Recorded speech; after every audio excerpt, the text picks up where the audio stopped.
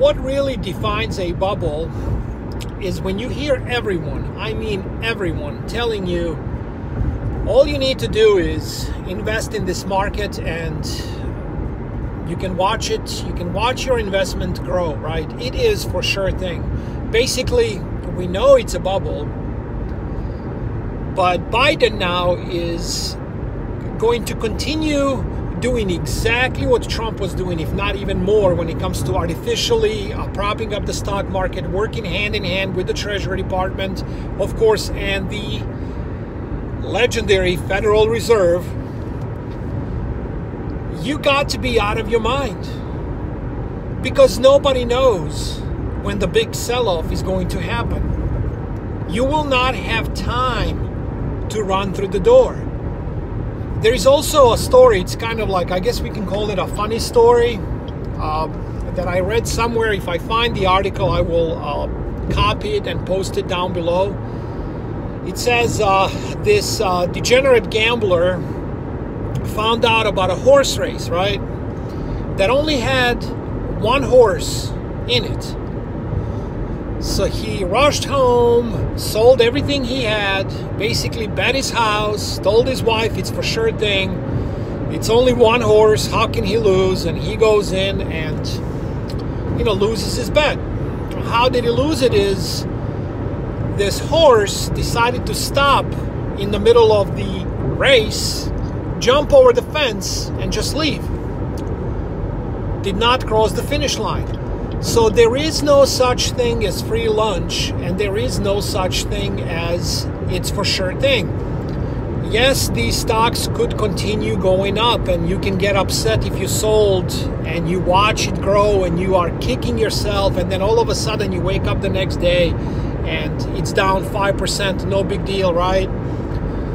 The next day you wake up, that same stock is down 12% in one day. You get the idea, and you realize that you are happy to take, let's say, 70% profits in just a couple of months, or whatever the case may be, instead of trying to seek for the top, which is very hard to do unless you're day trading, and you can get lucky after a lot of research and pick certain stocks. It happened to me a few times. I'm not bragging about it, but I was able to pick the bottom, the low of the day, sell at the high of the day. The certain stock was jumping, 5% here and there, and it was kind of easy to make money like that. But again, you can't even do that unless you have $25,000 on that platform, or you would be labeled as a pattern trader. Like, let's say, for a lot of you guys that are on Robinhood, that are trading, try to get yourself banned on purpose. What I mean by banned, you will get kind of like a timeout for 3 months. If you can trade the same stock, you can short it and long it more than 5 times in one day, or within, I forget how many days, and see what happens. The reason you would get suspended, you would be put in a doghouse, is because you know what you're doing, okay? They don't want you to know what you're doing. But if you have a lot more money in, they can get your money a lot quicker. And on top of that, the bigger money also has ways of understanding the markets better. They might have some tips that you do not know, the insiders, and that's why the rich get richer and the poor get poorer. So try to understand this. Try to understand right now that you can just close your eyes and have, let's say, 100 stocks in front of you. Let's say you got GM, you have GE, you got Ford, you got, I'm just naming a couple of typical, American companies, and you point your finger, open your eyes, and watch what this stock is doing. Let's say it's GE, right? So now it's trading just over $11 a share.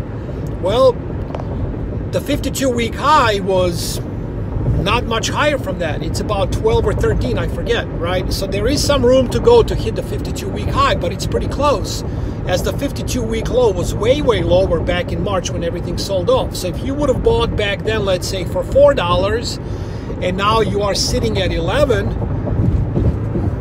well, would that be bad gains just for I don't know, 9 months, 10 months. $4 stock going to 11. But then again, you say, well, now it's 12.5 and now it's approaching 13. I could have made more money. Of course, it could hit 15. But the bottom line is you found a nice middle with very juicy profits in a very short period of time. And you are looking at this situation, what's going on, and nothing goes up in a straight line, nothing goes down in a straight line. The correction is coming. I don't know for how long. If you listen to my video from yesterday, I talk about this Shiller price to earnings ratio. I got all the details down below on my latest video. I wrote it all down for you. I suggest you strongly to listen to this video. It only has like 30 views, which is you know, pretty sad, and I lost a few subscribers immediately. Why? Because people want to hear what they want to hear. Okay, they cannot think for themselves.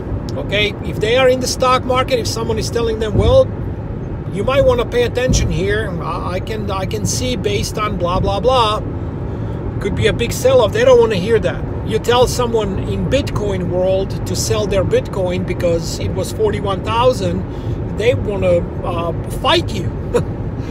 And now look, Bitcoin is, you know, dropped 25% since then. Can it go up and can it go over 41,000 in a matter of 24 hours? Of course.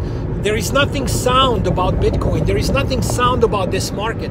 That's why you have to look at what is now undervalued. You look at gold mines that are literally gold mines. What is their valuation? What is really going on in gold mines? So with that being said, if you pick any from NASDAQ, let's say, lower mid-tier, high-tier miners right now, you will see they are way off of the 52-week high. And the fundamentals for gold, for silver, for overall precious metals, overall metals, look what copper is doing. It's just basically all commodities are in a parabolic trend. They have been. And they are trading so much lower. They're so undervalued than all of these other stocks, and people are not paying attention. And this is why I talked yesterday, I will get out of my GM. It did amazing. If you followed my work, you would know exactly when I got in. It was up 30% in like, it was 10% almost a day since the minute I called it. So now I'm out. Yes, it can go up another $2 a share, $3 a share tomorrow. It's fine with me. GM is right at the 52-week high. I had really juicy profits in less than a week. I have no problem taking profits off. I'm selling all of these stocks, and I will keep. I decided to keep my B2 Gold. I did a lot more research on it. Their numbers came out for the quarter. I mean, this is just such an opportunity. And every dip, I'm actually going to be buying more. B2Gs, which is B2 Gold, Kinross Gold, Barrick Gold, Kirkland. There is a couple more I will name down below that are really undervalued. There are such great mid and high tier miners, and some penny ones. I will go into those as well with you guys down the road, especially if somebody's interested to see which ones I'm holding and why. You can ask questions and we'll go from there. So yeah, just focus on the big picture.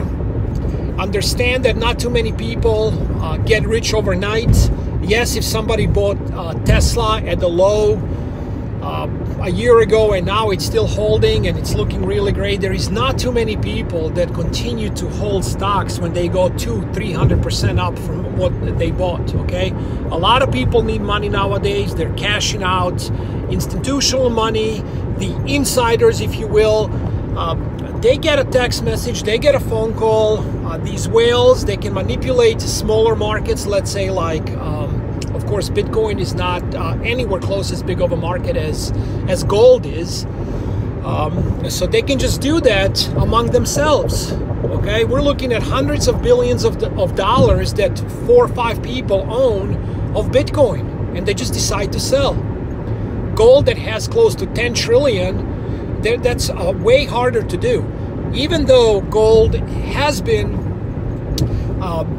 a rig. In 10 miles. Hold on 1 second. I'm headed to the airport, picking my mom up. I'm not flying anywhere. I did not fly in, I don't know, since March. And I used to fly every 2 months or so. So, yeah. So, take a look at all this. Do your own, like I always say, due diligence.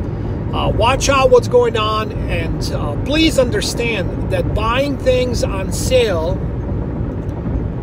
that have good fundamentals, good balance sheet, is a lot better than buying stocks that are overvalued with almost no fundamentals, and everyone is telling you, I know it's a bubble. I just know the bubble is going to continue to get bigger and bigger. You will not know when the big sell-off happens. Take care. We'll talk soon. Sorry about the rant, but I had some time as I'm driving here, and sorry about the moving camera. I'm just holding it with my hand, with my phone, I mean. And you know, this road is bumpy. I'm in the country. Talk soon.